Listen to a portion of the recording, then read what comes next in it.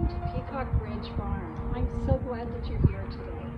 I'm going to share with you a fun project. I'm going to be painting the floor of my greenhouse in a checkerboard pattern. So come on in and I'll show you around and we'll get started. Welcome to my greenhouse. As you can see, the floor is a stained concrete that's kind of orange with brown stripes, which isn't my favorite. So I am going to be painting it in a black and white checker pattern, which I am thrilled about.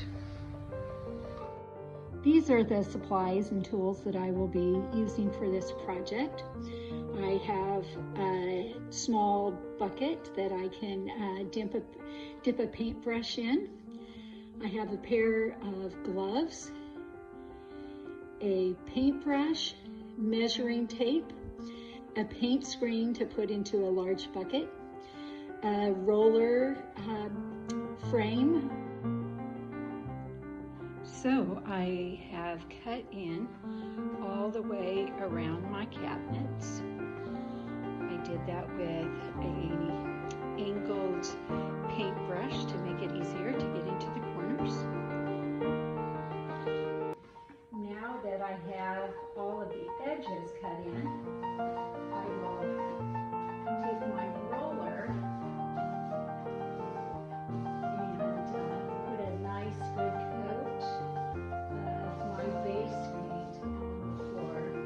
And I will go around and finish out the entire floor like this. So I've let the floor dry for 3 days now, and so the paint is good and cured. So when I start the next process, I'm not going to be pulling up any paint. Being that my room is so big, it's 40 feet long this direction. And I thought if I did squares that were 12 by 12 or 16 by 16, that it would just be too busy. And so I happen to have a roof tin that is 24 inches by 24 inches. So I'm going to lay that at the center of my room.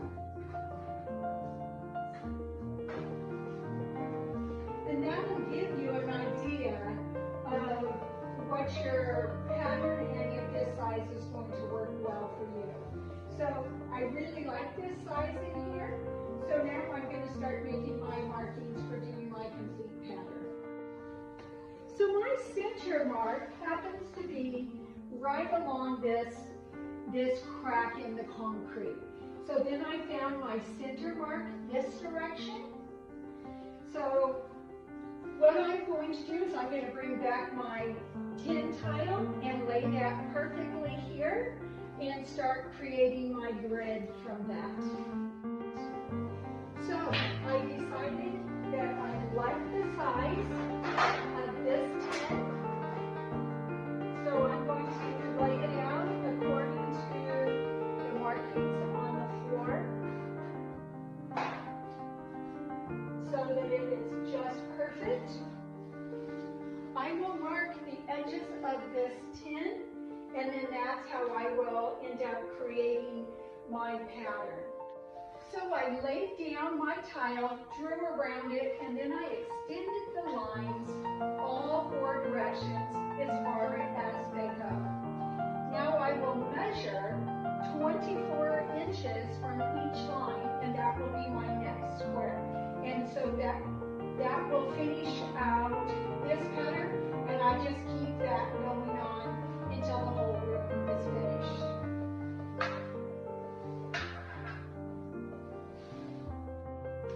So I'm done with my grid pattern now.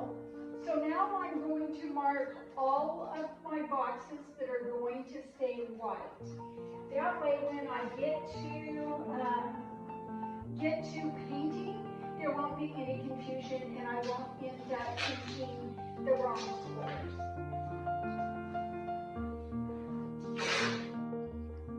So you can see that My grid pattern is all laid out, and my white squares are all marked so that I won't have any confusion once I start taping off and painting. And I'm ready to start taping off my black squares.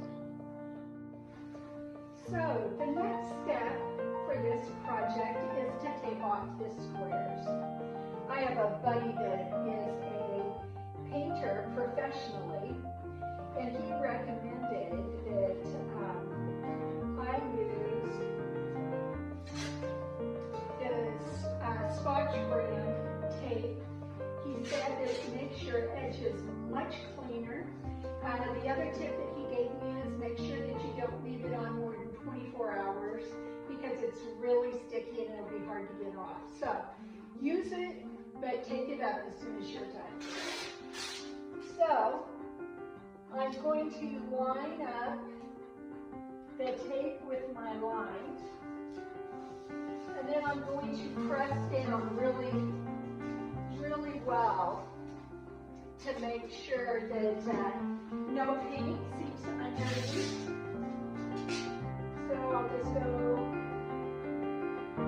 around my entire box here.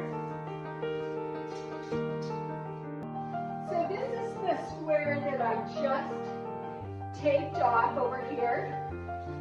The tape runs into this line. So I am going to go ahead and tape off this square because it doesn't have any tape intruding on it. So I will continue to do this, skipping the squares that are directly next to it, all the way across my floor, and I will come back and paint these squares. So I am completely taped off now, and now I get to start painting.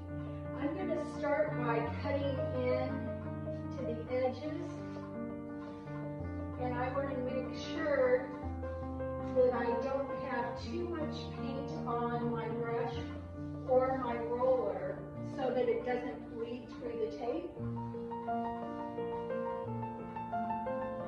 So I'll cut in first here, and then I'll go back and fill in with the roller.